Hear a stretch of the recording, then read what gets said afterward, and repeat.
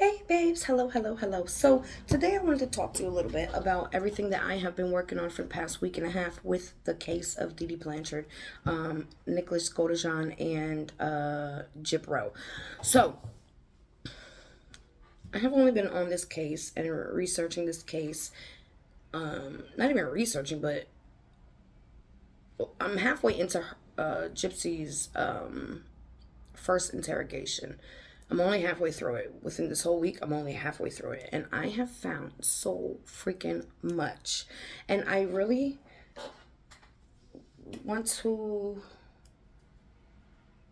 get a hold of Nick Godejohn's father or and lawyer. Because I truly feel with everything I found, literally just in 7 days, that there is a very high probability of Dee Dee Blanchard already being deceased before Nick even got there.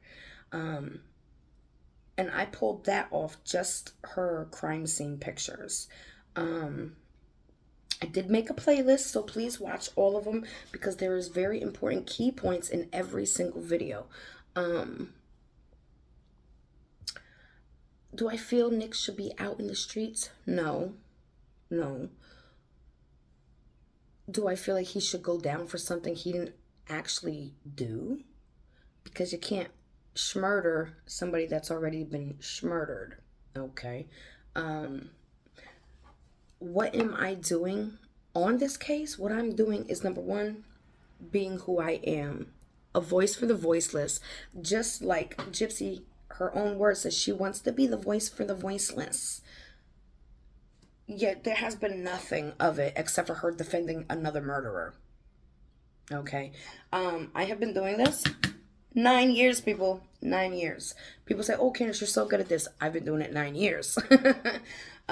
Every single day. So,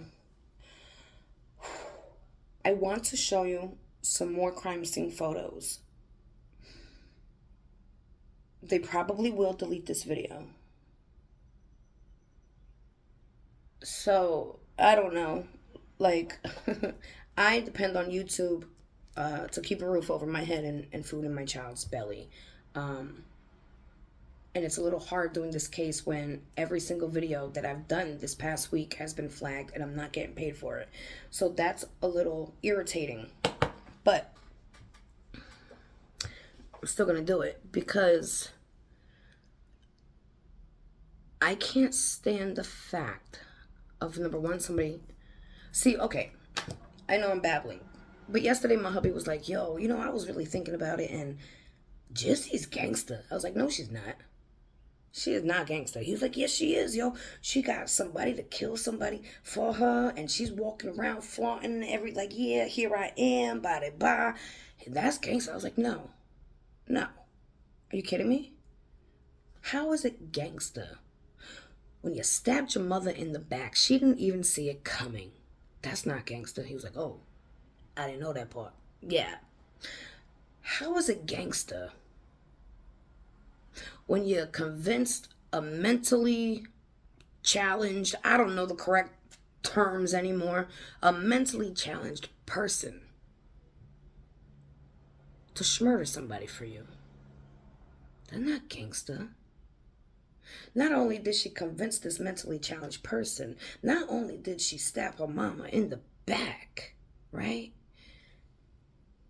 But think of all the other people she hurt.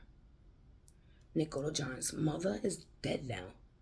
Yeah, it's an OD, but she probably couldn't take the fact that her baby is never coming back because he was influenced. And she still wants to be an influencer.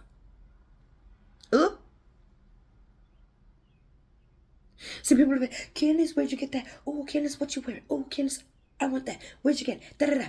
I don't answer because I'm not an influencer. I'm not here to influence anybody. If I show a product like this, it's because I actually like it and use it. Not because somebody sent it for me for free and I said, "Hey, this is the best thing ever."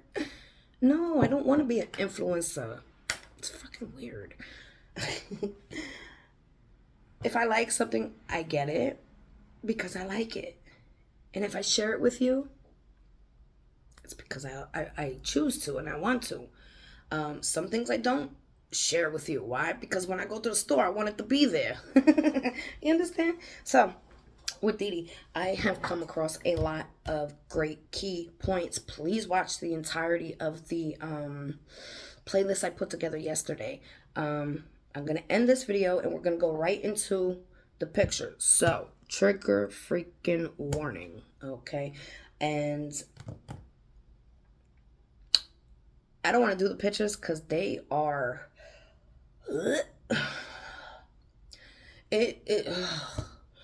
These pictures are some of the most disgusting pictures I've ever looked at. And I've looked at crime scene photos plenty of times before. Again, 9 years, people, 9 years.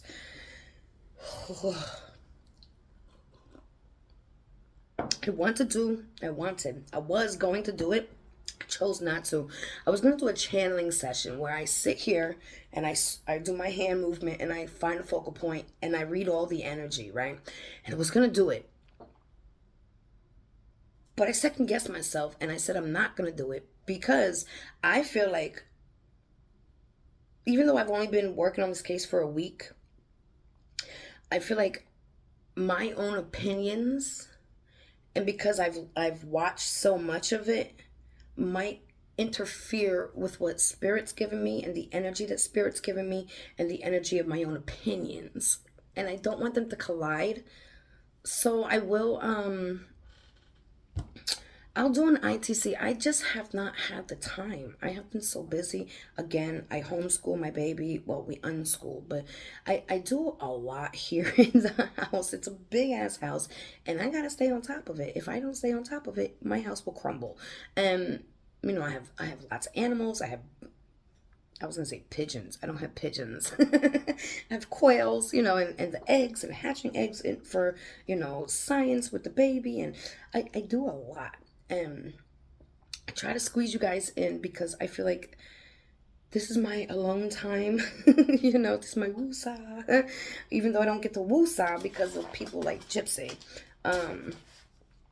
I've just pointed out so much where I 100% believe that Nick was 100% framed for a murder that was already taking place. And now you have this con artist out here like and it irks me to the max, okay? Because I also showed you how her triggers are lies. They're lies. I guarantee you, if she ever sees this video and somebody asks her about her triggers, she'll start bawling, crying now. But there's not one video before my video that shows her bawling, crying about a trigger. It actually shows the complete opposite, where she's like, oh, and yeah, and we know what came to the bed. I'm sorry, but I'm not here to speak about my traumas. But one thing I can tell you is that if I was about to tell you about any of my traumas,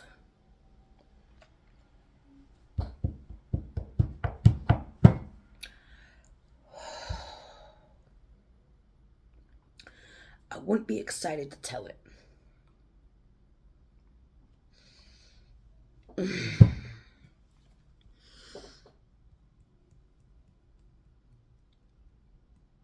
I can't even think about it in my own mind, let alone get excited to tell you about it.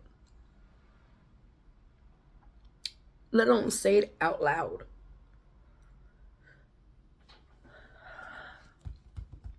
And then you got this biatch.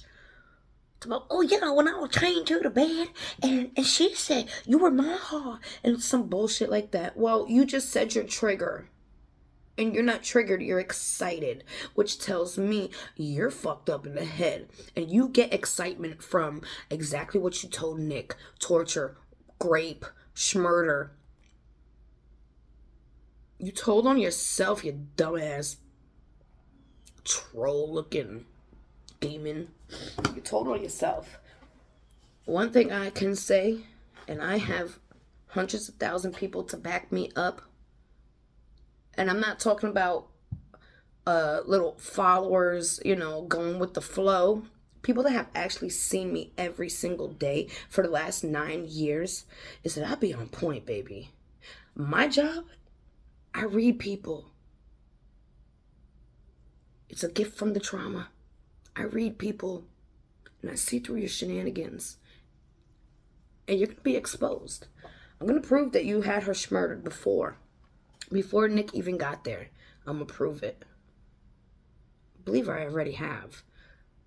And I am going to send all this to his lawyer and his father. So if you guys know their names, please reach out to me so I can go through the proper people. Okay? You know what? I'm going to make it into 2 videos. I'm going to post this now. Give me some time because I just, since I've been working on this case, it's been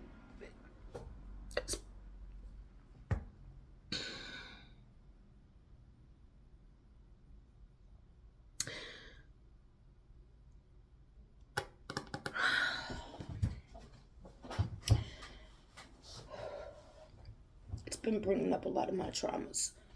And my head has been like mush. And I hate every second of it. But in my heart, I feel this exposure is important, very important.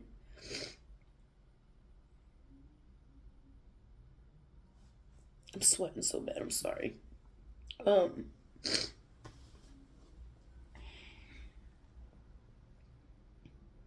Yeah. I still have healing to do. So I'm working on it, but my brain, my heart,